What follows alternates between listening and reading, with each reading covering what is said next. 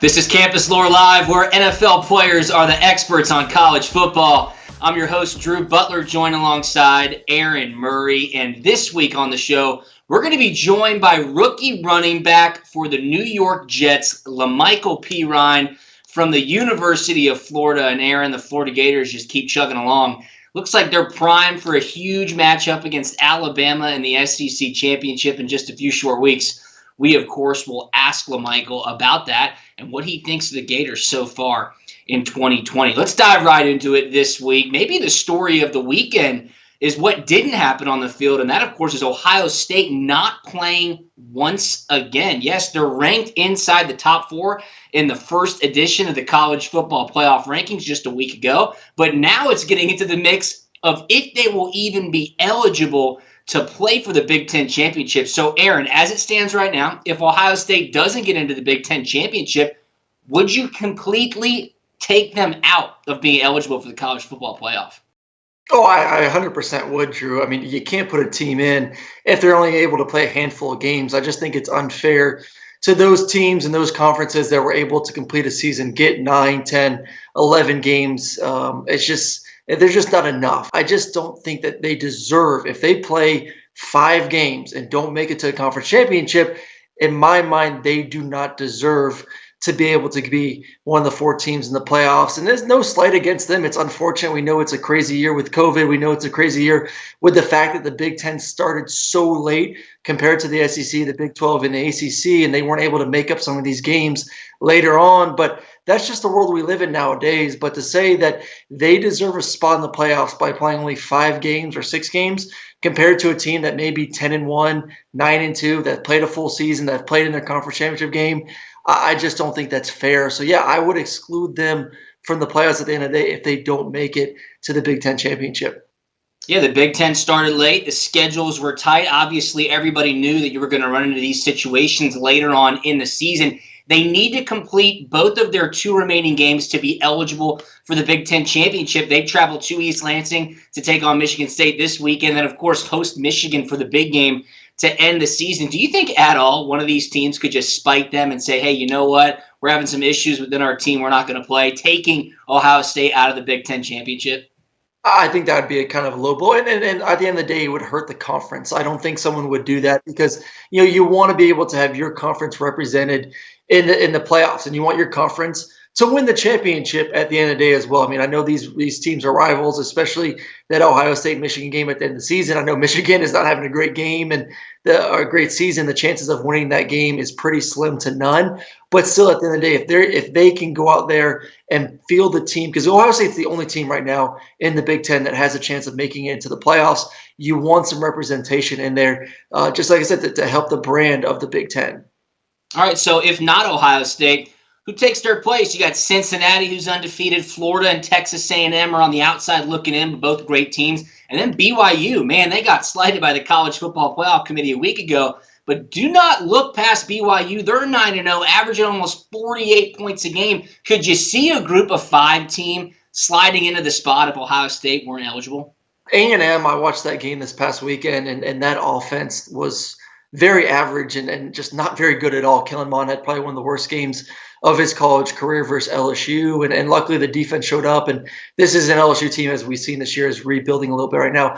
I don't think A&M deserves a spot to be in the Final Four. I think if A&M played Notre Dame, Clemson, or Alabama, they would get waxed just like they got waxed early on the season versus Alabama. So I just don't think they've proven enough to me that they deserve a spot. I would love to see Cincinnati. We love Cincinnati.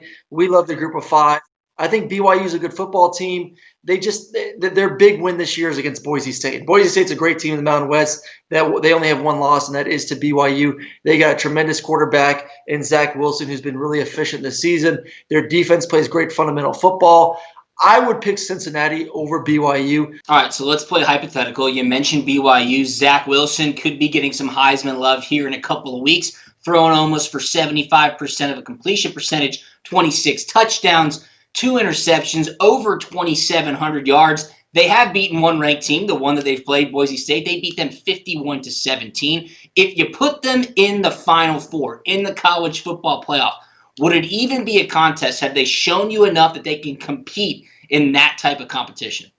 Listen, I love BYU. I think they're a great team. I love their quarterback. Boise State was missing their starting quarterback in that game. They took advantage of that. They dominated, as they should. And then they do. They play great football on both sides. So I do like this BYU football team. I don't know if they could handle playing against some of these bigger teams. Like I said, I think Cincinnati, if all the teams are kind of on the outside looking in, I would think Cincinnati, to me, has the best shot of making the game maybe competitive against Clemson, against Alabama, or against Notre Dame. Will they win? I don't think so, but I think, like I said, it'd be a better game than if BYU or Texas A&M played one of them. Yeah, Cincinnati has certainly looked fantastic up to this point, and I don't know if you would consider them a surprise. We knew they were going to be good. They've been doing it in a dominant fashion. Who would you say is your surprise team so far in 2020 that could carry over and really make some noise in 2021? Well, I don't think this is a surprise team. I think this is maybe, in some people's minds, a team that's been a little bit disappointing. But as of the past couple of weeks, I think you start to build some excitement for next year, and that's our University of Georgia Bulldogs. I mean, the team that defensively has been fine. They've been really good on that side of the football. They got running backs. The receivers are stepping up. They've been missing the quarterback position. And listen, JT Daniels has benefited from the fact that he's played Mississippi State and South Carolina the past 2 weeks. Two teams that have been really reeling, almost skeleton crews being put on the football field. But he's looked really darn good, taking care of the football, very accurate, throwing the ball down the field vertically very nicely. So I think now all of a sudden Georgia's saying, hey, listen, we got receivers back next year. We got O-line back. We got running backs back. We got a great defense. And now we have a quarterback that we can build around heading into 2021. So, like I said, I think for some fans at Georgia, they're kind of disappointed the way the season's played out. But I think now looking forward to 2021 when Florida's going to lose Kyle Trask, they're going to lose Pitts. Everyone in the East is kind of going to be Next year, I think Georgia takes control of the East once again, and then we'll see who takes care of Alabama and who's going to take over for Mac Jones once he leaves as well for the season.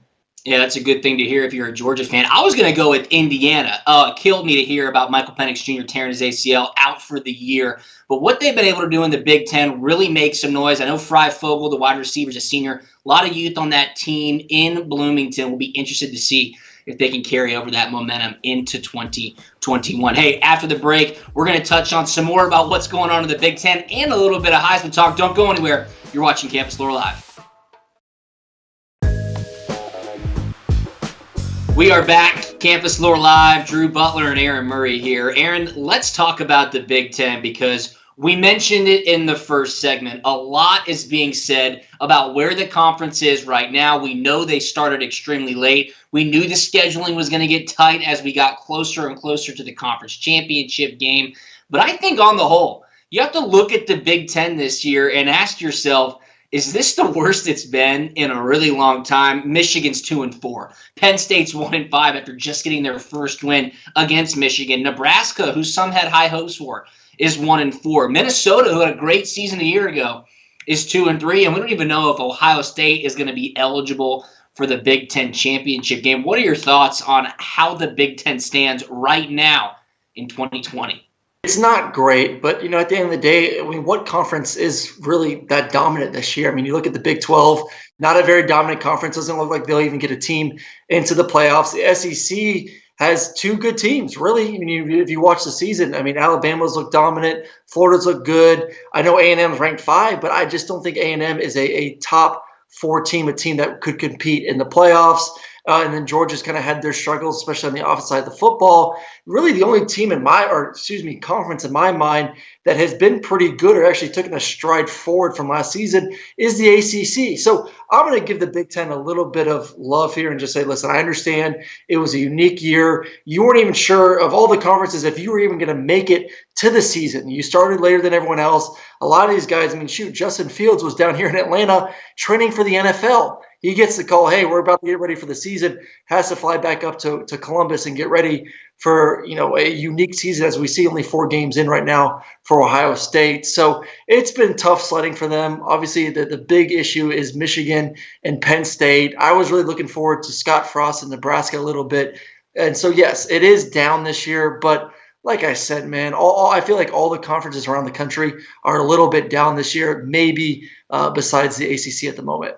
Do you give these guys a pass? I don't know. It's been pretty tough sledding so far. You mentioned the SEC only having two good teams as of right now. It certainly seems that way. Those teams, of course, are Alabama and Florida. They're poised to face off in the SEC championship game in a couple of weeks. And both those squads are led by pretty dynamic duos. So Aaron Murray, former All-SEC quarterback, SEC's leading passer in touchdowns and yardage all time.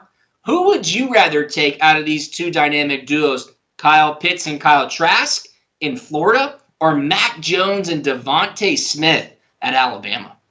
Ah, man, it's such a tough choice. Listen, I love tight ends. I came up in the league for a few years, and I was with Kansas City with Travis KELCE, and I saw what Andy Reid was able to do, moving him around, creating those matchups. I mean, you saw it this past weekend with Kyle Pitts. I mean, he was in the slot. He was one-on-one the backside. He was lined up as a tight end, ran a skinny post against a corner, and beat him. There's just so many things you can do with that tight end position. But then Devontae Smith, you watch him, the guy has broken all the records in the SEC for receivers. He's so fast. He's another guy you can put in the slot. You can put him outside. That elite speed is just so dangerous. I mean, it's true. Speed wins at every stage, and he's a guy that's going to have a long career in the NFL because of his ability to separate, his ability to get on top of defenders. So, I mean, it's pick your poison. I think for me, I'm a little bit more of a fan of Mac Jones. Right now, I think Mac Jones is a better, in my mind, pro prospect. He's a guy that moves around the pocket really well. I actually compare Mac Jones to Tony Romo. I think they're identical. The way they can feel the pressure, move around, keep their eyes down the field, and then throw the ball accurately all over the place. I mean, he is a spitting image of Tony Romo. We're going to have to see what his broadcasting skills look like when he does retire, if he's as good as Tony is. But I think he's a heck of a player. So I think I would go with the Alabama boys purely because I like Mac Jones a little bit better.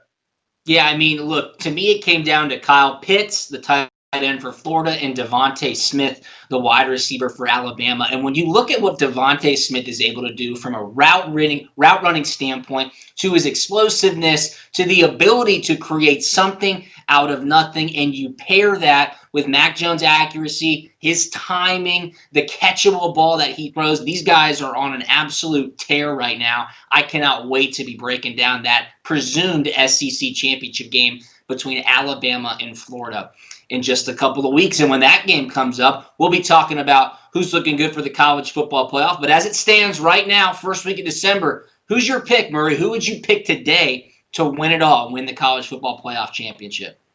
I just think Alabama is separated from the rest of the field. I mean, not only are they the best team in the SEC, I think they are by far the best team in college football, and a lot has to do with how well the defense is played. I mean, go back to the Ole Miss game, that shootout, just back and forth. And then since then, they have been absolutely dominant on that side of the football. I was really impressed with the way they're able to handle Auburn this past weekend. And then you throw in the fact that they have probably the best offense in all of college football. So I just think that's a scary combination right now. An offense that seems like they can't be stopped, and a defense that has taken some huge strides here during the football season. So I think they're playing the best football. And honestly, I tell you what, if they had to play Clemson, Ohio State, or Notre Dame right now, the other teams in the top four, I think they could beat each of those teams by double digits right now.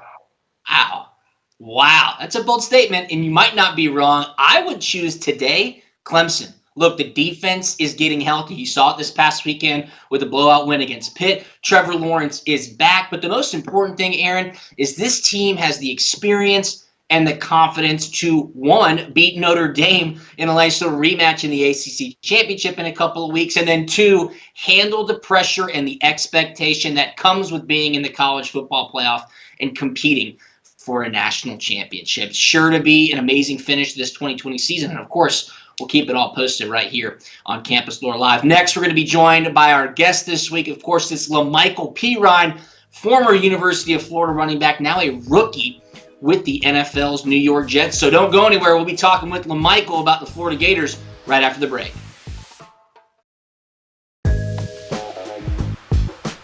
Welcome back into Campus Lore Live. We have special guest La'Mical Perine, fourth-round pick for the New York Jets in 2020, former running back for the Florida Gators. La'Mical, thanks for joining us today.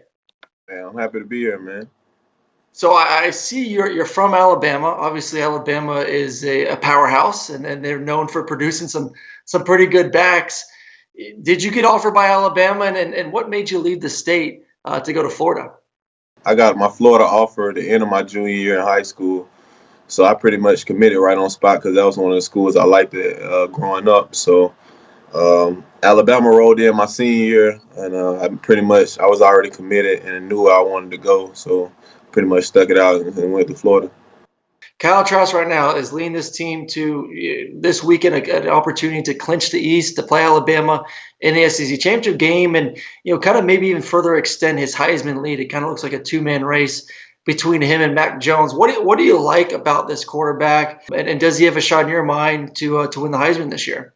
Kyle, when he was behind Felipe, he always just stayed at it, man. Just always worked hard. So I knew from that point on, I knew he was going to be a great player, whether he played for the Gators or anybody else. So I've been seeing the talent he has, and it's just great to see him doing a good job, man, and being able to lead that team. And I feel like, honestly, as a Heisman Trophy contender, I'll pick him right now if I had to pick anybody. That's the guy I'd like to lead my team. That's the guy that's making a lot of big plays in big-time games, so you can't just not notice that. He's been pretty special this year, just the accuracy, the touchdowns, and then throwing to all of his receivers on the outside. And one guy I want to talk about, and obviously you see it in the NFL, tight end matchups. You see it every Sunday, and now all of a sudden it's starting to trickle down in the college football. You're seeing big-time tight ends, these almost basketball body type guys that can split out wide, that can match up against corners, that can match up against safeties and linebackers, really start to flourish. And Florida has one right now in Kyle Pitts, who is potentially going to be a top 10 pick in the NFL draft. How important is that position, and how awesome is it to see Dan Mullen utilize such a great talent all over the football field? Kyle's a tremendous player, and I honestly say tight end is one of the most hardest positions to play on the field. You have to be able to be a receiver. You have to be a blocker. You have to do a lot of different things that people don't see. But I feel like Kyle can do it, all those things, and he's one of the best tight ends in the nation. So what else makes Kyle Pitts so special? I mean, you've been around him, and then just watching NFL games and playing against some great tight ends in the NFL and seeing those guys up live and personal. Who, in your mind, does he best resemble at that next level?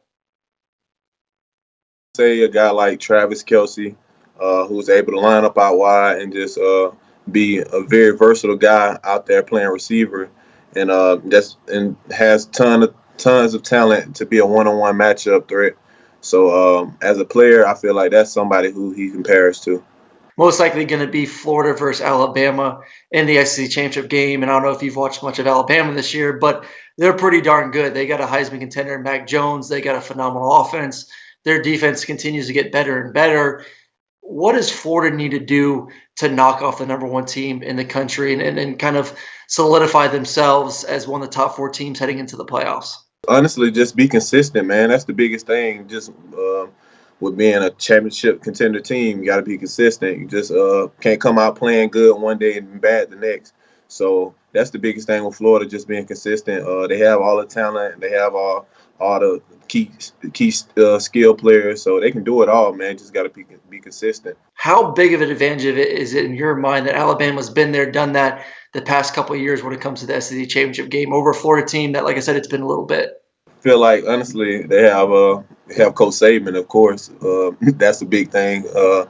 And they're just so detailed, everything they do as a program with their players. They have tons of talented players coming in and out. You can just line them up anywhere. This weekend's game, you guys are going to Rocky Top, going to play Tennessee. Weather looks a little bit iffy right now, and it's a Tennessee team that can run the football. That's kind of their identity. And Florida defensively has struggled, especially looking last week against Kentucky, struggled to stop the run a little bit. Can Tennessee maybe upset them there at Rocky Top, or does Florida go in and roll? And what's your score prediction for that one? My score prediction is going to be 42-14, Florida. I feel like we might start off a little shaky, but at the end we're going to play good, and defense is going to hold them 14 points. We're going to play a great game on offense. Oh, I like that. I'll actually be on the call for CBS during the game, so I'll let you know and what I think afterwards. And one more before I let you go. Score prediction. Like I said, it looks like Florida will be playing Alabama in the SEC championship game. Winner will be in the college football playoffs afterwards. score prediction and one key thing that Florida needs to do in order to win. Woo, that's tough. 24-21. I'm going with Florida. But for us to be able to have that type of game, for us to win, we can't turn the ball over. And we got to play lights out on defense. Then we got to stop the run. La'Mical, thanks for joining us. Good luck the rest of the season. Hopefully your Gators are able to pull it out against the Crimson Tide there in the SEC Championship game. Right, man. Thanks for having me.